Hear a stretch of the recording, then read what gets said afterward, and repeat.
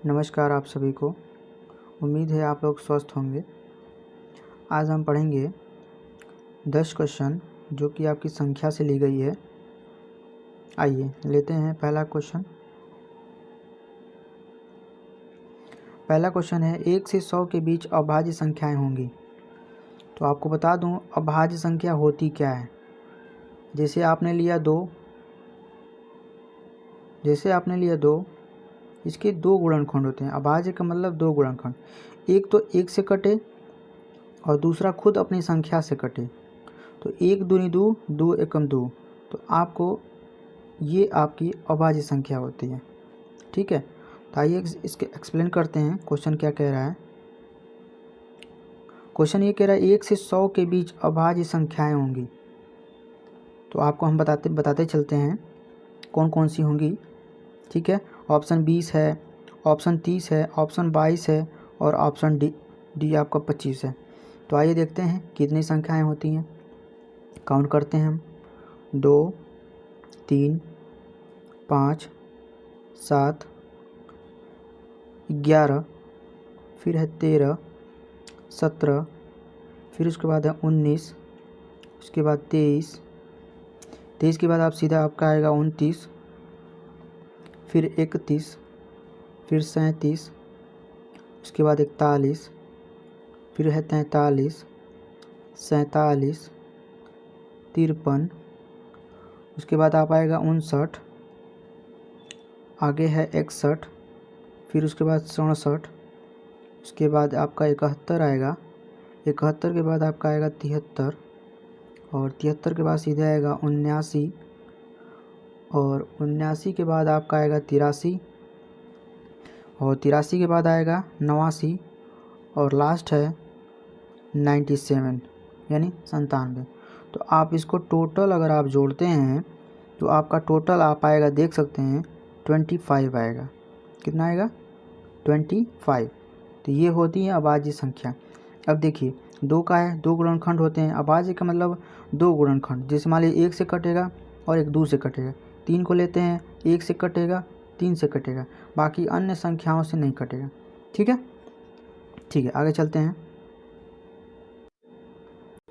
अगला संख्या कह रहा है कि अगला क्वेश्चन ये है। अगला क्वेश्चन कह रहा है ऐसी संख्या जो अभाज्य भी है और सम भी है।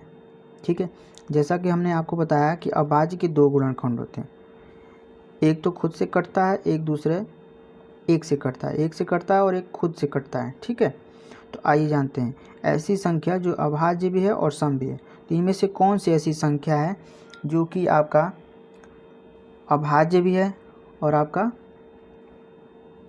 सम भी है।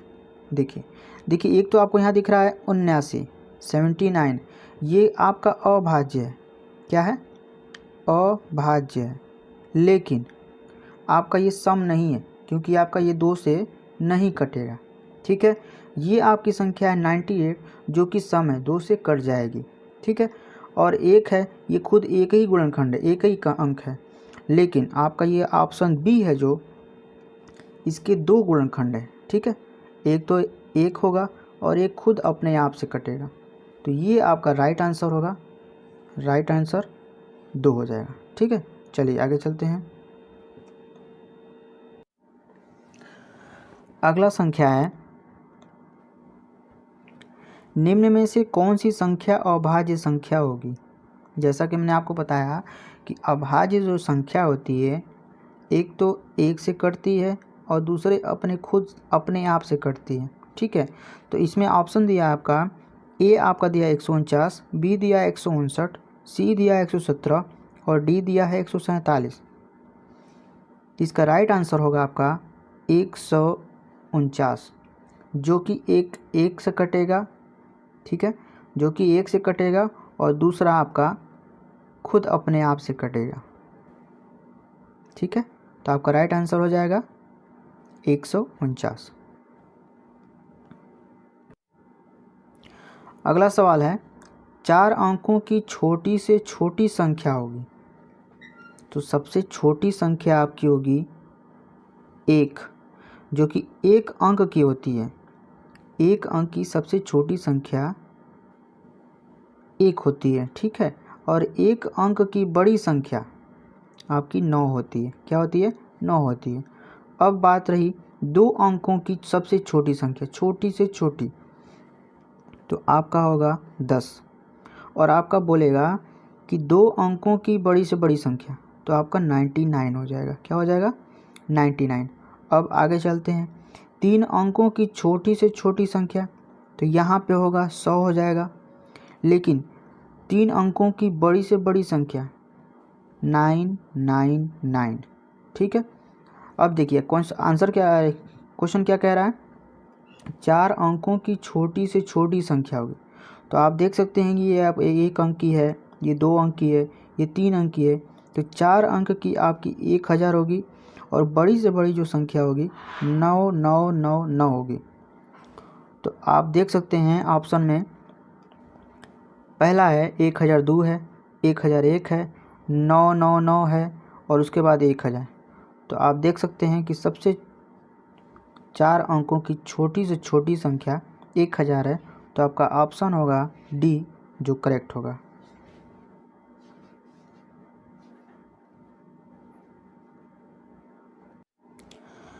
अगला क्वेश्चन देखते हैं। अगला क्वेश्चन कह रहा है कि 43,014 में 3 का स्थानीय मान होता है। स्थानीय मान का मतलब होता है कि वो किस स्थान पे है। कोई भी अंक दिया है, कोई भी पूर्णांक दिया है, तो उसमें देखना होता है कि कौन से अंक, कौन सी जगह, कौन से स्थान का नाम पूछा है। तो आप देख सकते हैं यहाँ पे 43014, ठीक है।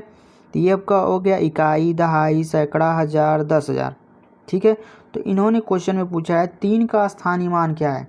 तो आपका 3 कहाँ पे है? 3 यहाँ पे है, 3 यहाँ पे है, यानी आपका स्थानीय मान 3000 हो जाएगा। क्या हो जाएगा? 3000 हो जाएगा, क्योंकि आपकी 1000 स्थान पे होता है, इकाई, दहाई, सैकड़ा, हज़ार, ठीक है।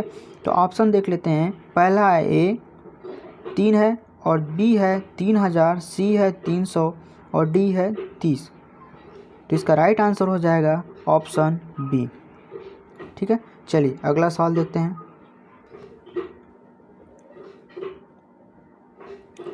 अगला क्वेश्चन ये कह रहा है कि 81,752 में 2 के स्थानीय मान और जातीय मान में अंतर क्या होगा। आइए समझते हैं।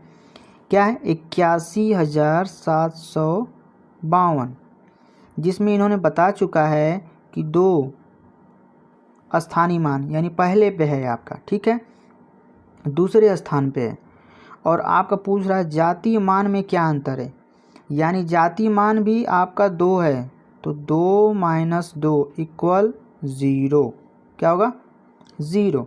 तो आइए ऑप्शन देखते हैं। पहला 2 है, दूसरा 0 है, तीसरा आपका 1 है, और चौथा आपका 20 है। तो इसका राइट आंसर होगा ऑप्शन बी। चलिए नेक्स्ट सवाल देखते हैं। अगला सवाल ये कह रहा है कि संख्या 3125 में से क्या घटाया जाए ताकि शेष संख्या 13 से पूर्णतः सत्य विभाजित हो सके। पूर्णतः विभाजित हो सके, ठीक है। अब देखते हैं। अब मान लीजिए आप, तो देखिए 3125 में से क्या घटाया जाए। अब आप बारी आप सोचेंगे क्या घटाएं कि 13 से पूर्णतः विभाजित हो जाए। सबसे आसान तरीका है, आप ऐसा ग्राफ बनाइए, 3125 में आप सीधे सीधे 13 का भाग दे दीजिए। क्या कर दीजिए? भाग कर दीजिए। आपका देखिए 13 दूना के 26, बचा कितना? 5। अब देखिए यहाँ पे बचा 2, ठीक है। 13 चौके 52, ठीक, बराबर कट गया, बचा कितना? 5। तो आप इसका आंसर ये कहेंगे, जो आपका शेष बचा है 5, वही आपका आंसर है, ठीक है। देखिए आप देखिए इसमें से 5 घटाइए तो आपका 240 से कट जाएगा, यानी पूर्णतः आपको पूरा कट जा रहा है। तो ऑप्शन दिया है 5, 8, 10, 12। तो इसका करेक्ट आंसर होगा ऑप्शन ए। ठीक है, चलिए अगला सवाल देखते हैं। अगला सवाल कह रहा है निम्नलिखित में से कौन सी संख्या 3 से पूर्णतः विभाजित होगी। ठीक है, तो इसमें आप देख सकते हैं 491 जो कि नहीं कटेगा, 371 भी नहीं कटेगा, 591 कट जाएगा। आइए काटते हैं। 551 भागे 3, 3 एक कम 3, बचा 2, 29। ठीक है, 3 9 27,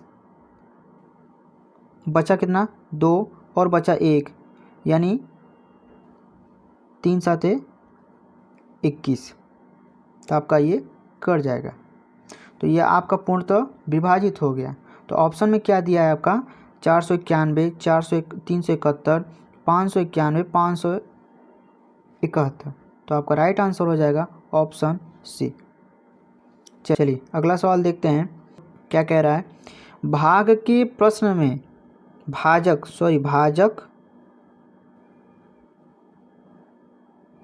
16 है और भागफल 9 है तथा शेष 1 हो तो भाज्य कितना होगा।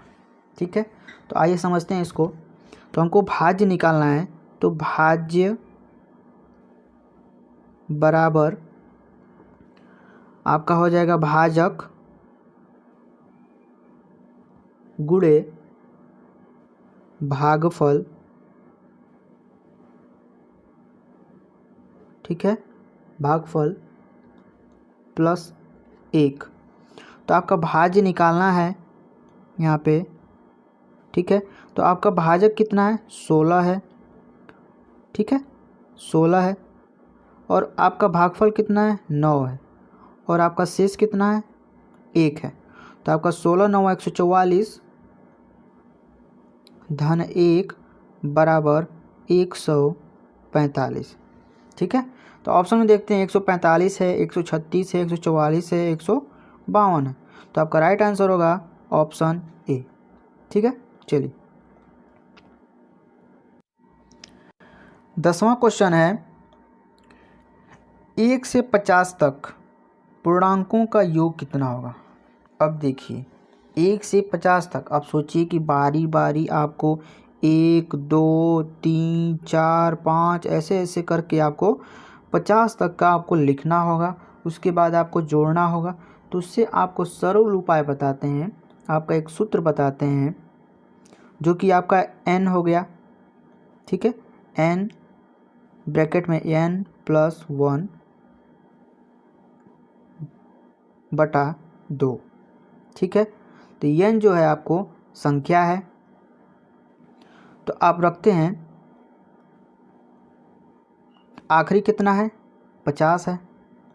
ठीक है, n बराबर लास्ट अंक है जो कि आपका 50 है लास्ट में। तो आपको इसको लेना है 50, उसके बाद लेना है 50। ठीक है, n की जगह पर रखेंगे 1 रखेंगे और बटा में आपका 2 कर देंगे। ठीक है, तो इसको हल करते हैं तो आपको होगा यहाँ पे 50।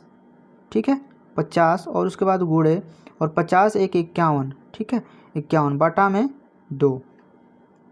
तो आपका आंसर आएगा इसको हल करने पे 1275।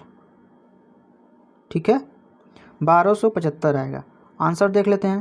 पहला ही है 1275, 1375, 1225, 1365। तो इसका राइट आंसर होगा पहला वाला 1275। उम्मीद है आप लोगों को ये सवाल समझ में आया होगा। धन्यवाद आप सभी लोगों का। नमस्कार।